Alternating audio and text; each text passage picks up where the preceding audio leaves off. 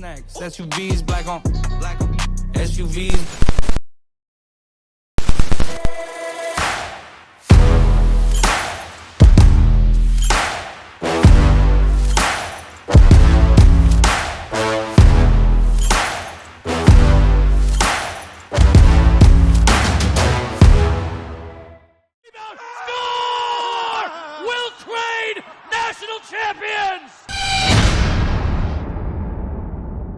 How we doing? It's Chris with DIIIHockeyNews. This is the first ever Frozen 4 edition of the full 60, so we've made it to Endicott. Unfortunately, we missed some early morning interviews that were supposed to be done pregame due to our travel issues. So let's go take a look back at our expedition, how we got here.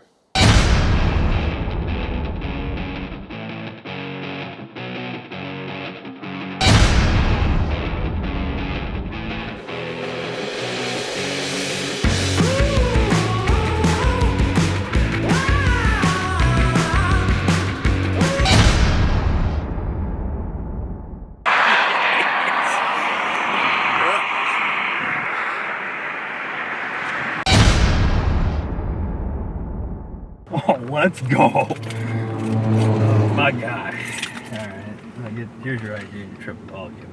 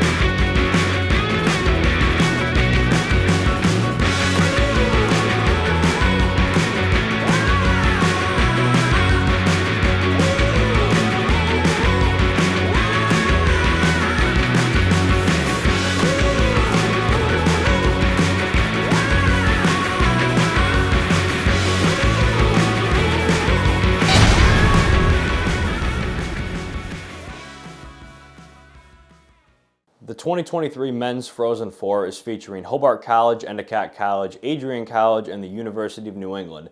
These games will be played on Friday for the semifinal round. It's going to be University of New England versus Adrian at 3 p.m. first, and then the second game is going to be Hobart at Endicott at 7 p.m. Eastern Time.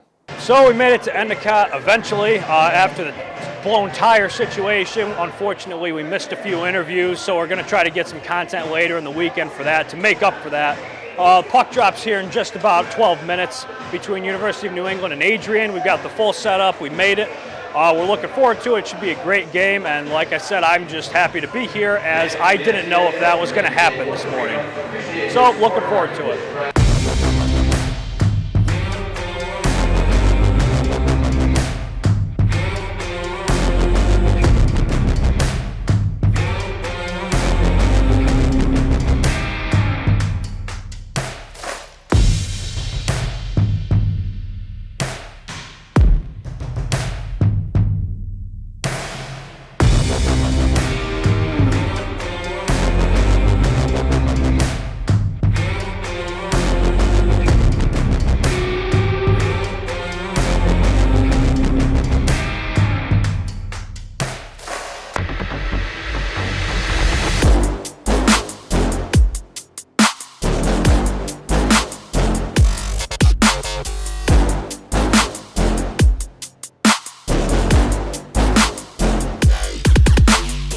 So we're at the end of the first period here. Adrian is up 2-1. Adrian went up a quick 1-0, and then they added another goal.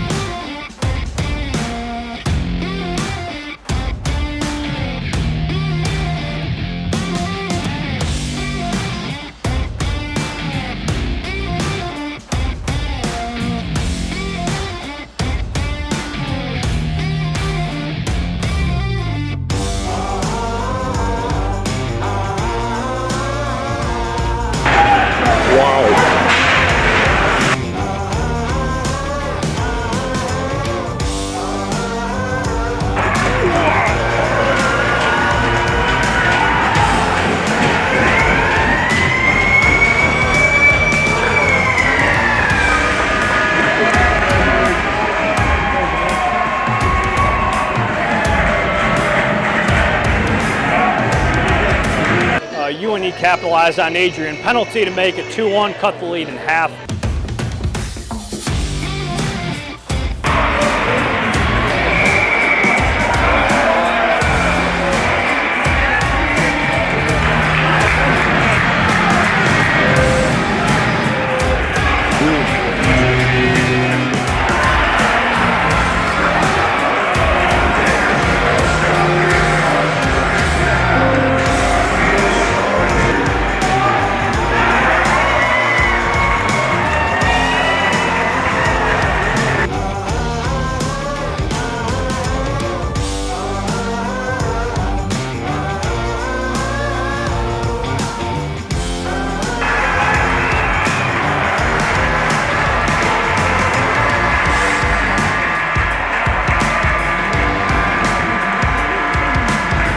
It was a physical first period, mainly from Adrian. UNE kind of picked it up at the end of the period. Like I said, they capitalized on that power play. UNE's got a power play to begin the second period, nearly a full one, about 1:58. So that should be interesting to see if they can get another one to tie it up, and it'll be an interesting second period.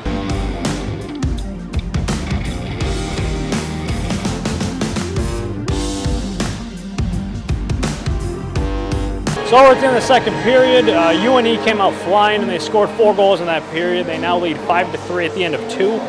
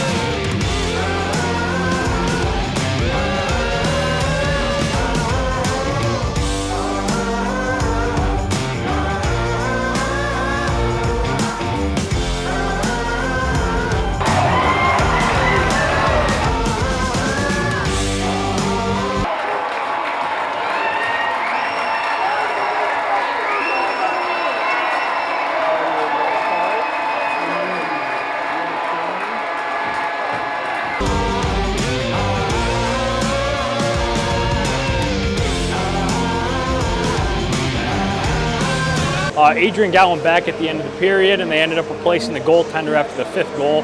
So currently we now have Stewart and net for Adrian.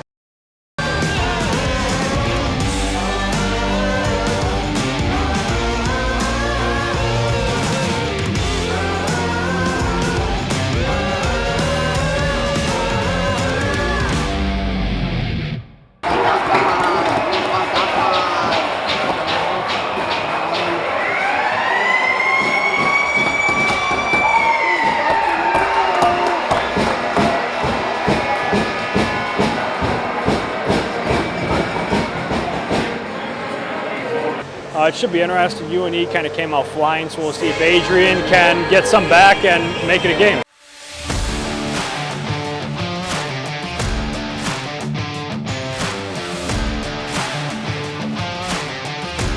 We have ended the third period. I have my phone out because I couldn't keep track of the goals that were scored. So the period, Adrian opened up the scoring to cut the deficit to 1 on the power play.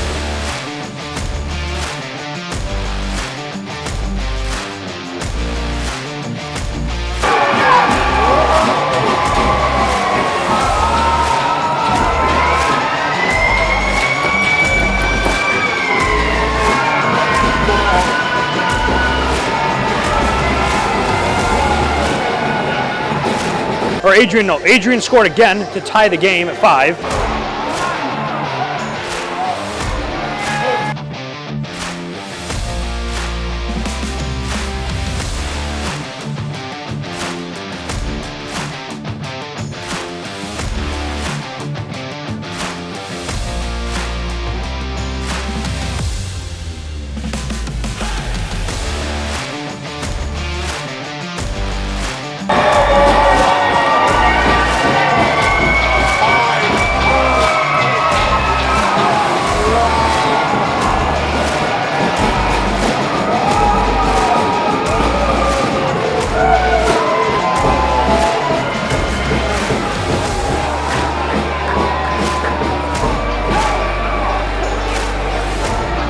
Then Adrian scored again. It was tie ends to make it 6-5.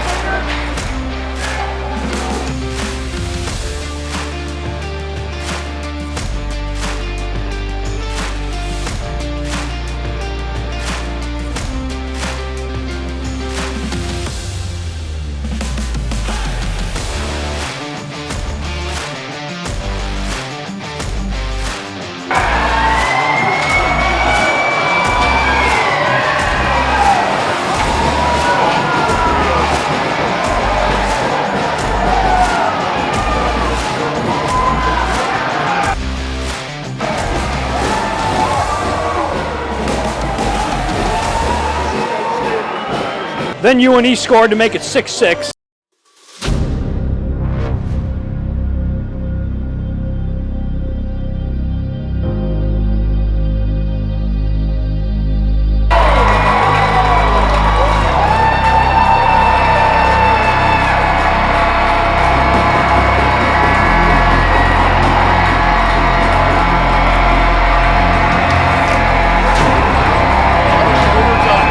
And then with less than 5 minutes to go, UNE scored again to make it 7-6.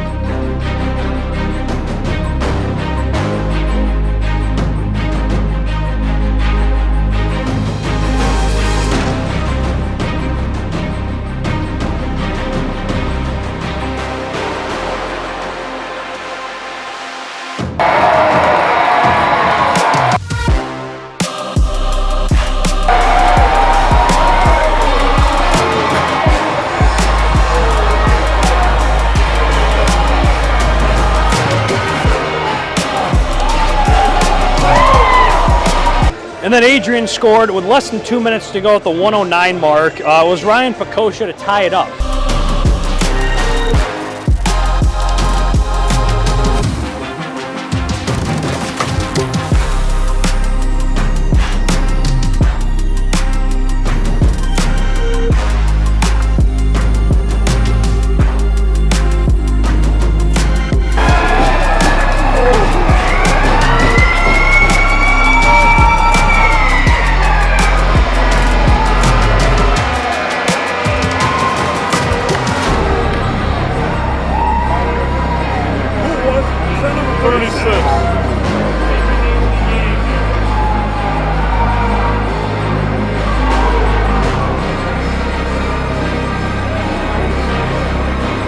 So it's currently 7-7. This is game of the year. I don't really know how you top it. Probably the game of the decade. We have 12 minutes till we start the next period. We'll see how long this goes. Based on how the scoring has gone, I'd be shocked if overtime lasted more than 5 minutes. But we'll see what happens.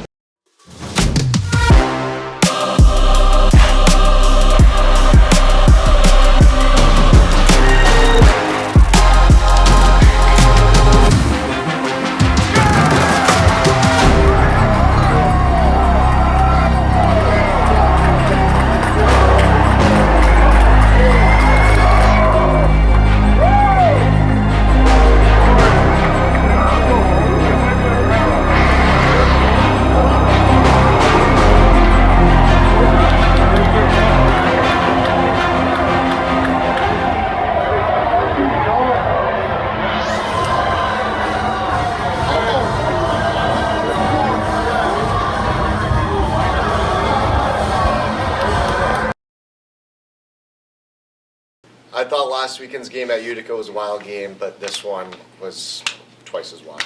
Just the momentum swings and the lead changes that happen I couldn't tell you who scored the first goal, but I think they scored. We scored a bunch in a row. We went up. We were up, I think, 3 goals at one point. You know, they came rallying back. They took the lead. We took the lead in the third period. They tie it up with a minute left in the game. Wild. I've never experienced anything like it.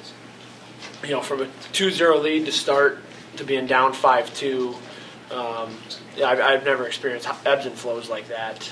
Then to claw back in, go up 6-5, blow that, be down, get it to overtime with an extra attacker goal, and then this guy over here finishing on a nice play in overtime. I've just never seen anything like that game, and I'm so proud of our guys for digging in, because we could have folded the 10 when it was 5-2.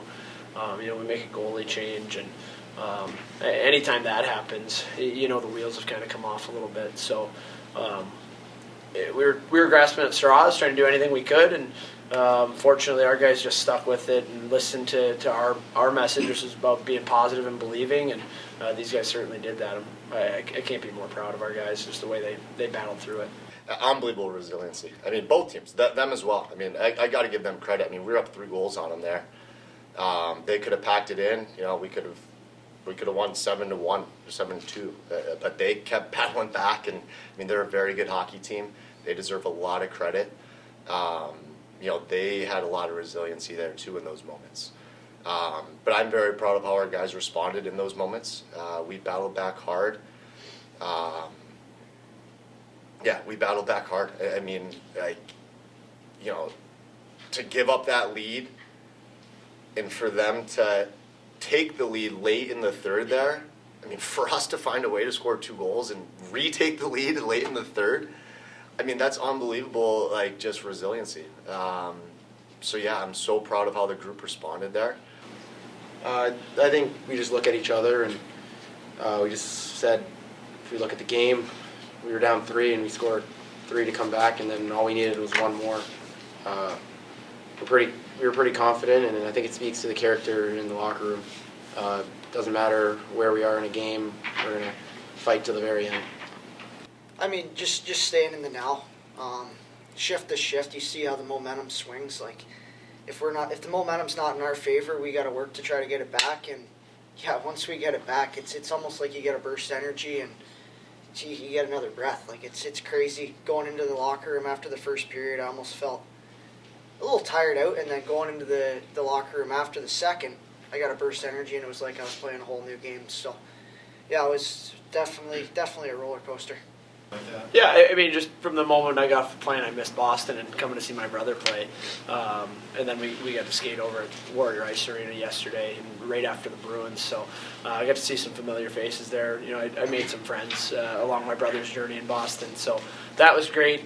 We've got friends in the area that we've made over the years in attendance this weekend. And Boston's a special place to my family, and I feel the good vibes. I don't know about if we're destined to win because of that, but we do love this area.